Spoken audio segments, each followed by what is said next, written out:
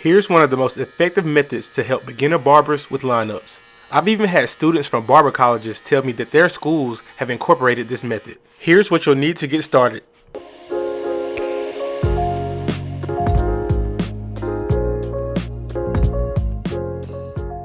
A spray bottle with water, hair fibers, your trimmer, and a mannequin. Lightly saturate the head of the mannequin with water. Then apply a layer of hair fibers. Most barber schools restrict students from cutting until they have at least 500 theory hours. However, this is a good thing because barbers need to learn about safety practices for their health and the general public that they will be servicing prior to getting on the barber floor. And practicing on a mannequin will prepare you for the real thing. Through repetition, it helps develop muscle memory and build confidence.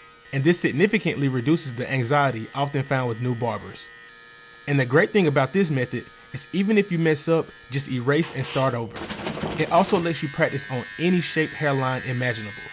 You can find the products needed to do this by clicking the link in the description. Thanks for watching and be sure to like, share, and subscribe.